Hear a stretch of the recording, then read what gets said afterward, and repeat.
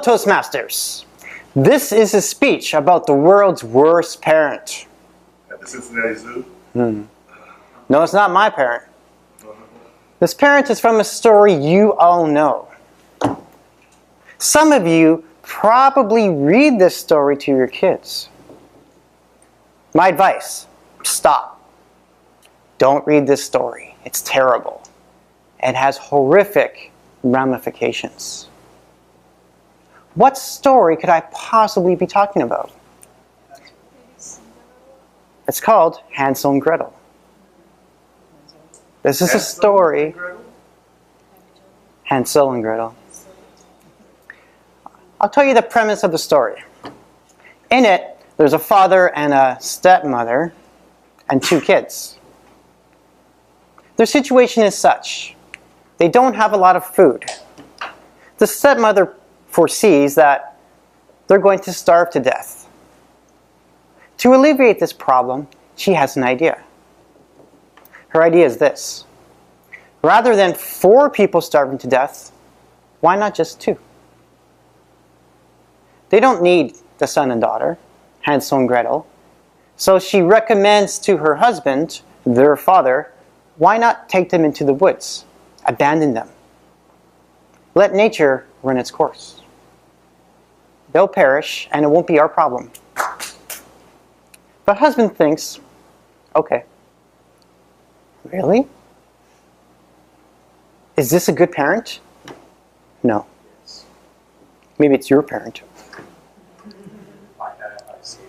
The father escorts Hansel and Gretel into the forest. He says, hey, you guys want to play hide and go seek?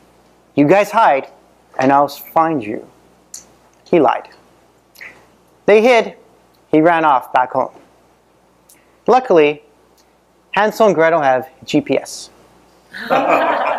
So they found their way back home. The stepmother said,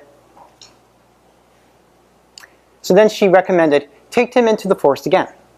This time, remove their GPS. They left their smartphone at home. She thought ahead. They take them into the forest, the father. Hansel and Gretel suspect this isn't for our best interest. Why do we have allegiance to this person?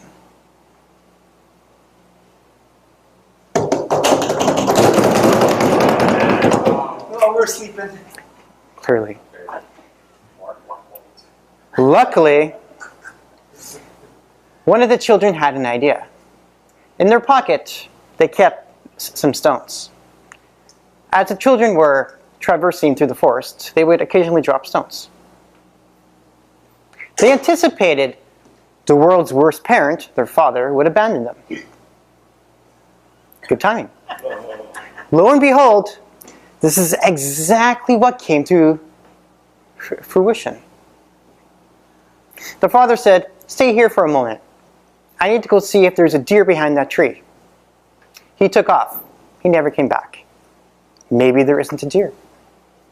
Hansel and Gretel, they don't have GPS. What do? Stones. They followed the stones all the way back home. Foolishly, they thought, our parents will be happy. No. The stepmother said, this only exasperates the problem. The stepmother tells the husband, try it one more time. This time, don't let them wear pants that have any pockets. Then they can't hide any stones. It's a good idea. So the husband, the following day, recommends to the kids, let's go on another hike. By this point, the children should be suspicious, but they play along because kids are dumb. Not my kids. So they follow their father into the forest. Father knows they don't have any stones. This time, one of the children decided to bring some bread. This is a fallacy. They were starving. Where did they get the bread from? They dropped the bread on the ground. There's a problem. Humans are not the only animals who eat bread. Animals also eat bread. Bears, raccoons, cougars, Bigfoot. They came to a point in the forest. The father told the kids, "You stay here. I need to go." It doesn't matter. He just takes off. The children try to find their way back home. They discover the bread's all gone. The animals ate it. So what will happen to them? Will they starve to death? Can they fend off for themselves? No.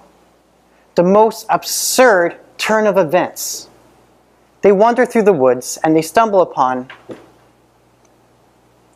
I don't know how to describe this, a chocolate house made of candy. Okay, so rather than it being made out of wood and cement, it's made out of chocolate. I don't understand the engineering behind this, but okay, whatever, let's just play along, see what happens. They approach the house and they knock. The door opens. Who's inside? A witch, obviously. As it turns out, this witch is a cannibal. So rather than eat her house, she decides to eat the children. What? Okay, fine. She locks the children up in a cage. She wants to eat them. The children catch on to this. One of the children has an idea. The witch orders the kids to clean the furnace. One such child is cleaning the furnace. He asks the witch a question. Do you want this to be more clean? The witch peers in. I don't know. As the witch crawls into the furnace, the child winds up, boots the witch right in the ass, closes the door, turns on the furnace. Try to envision this, the screams, as the witch gets burned alive. This is a children's story. Should we be reading this to our kids? The basis of the story. If you don't have any food, what should you do?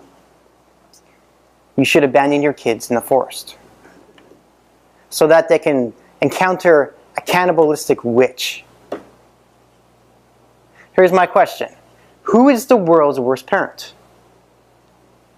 If you read your children this story, the answer is you. Fellow Toastmasters.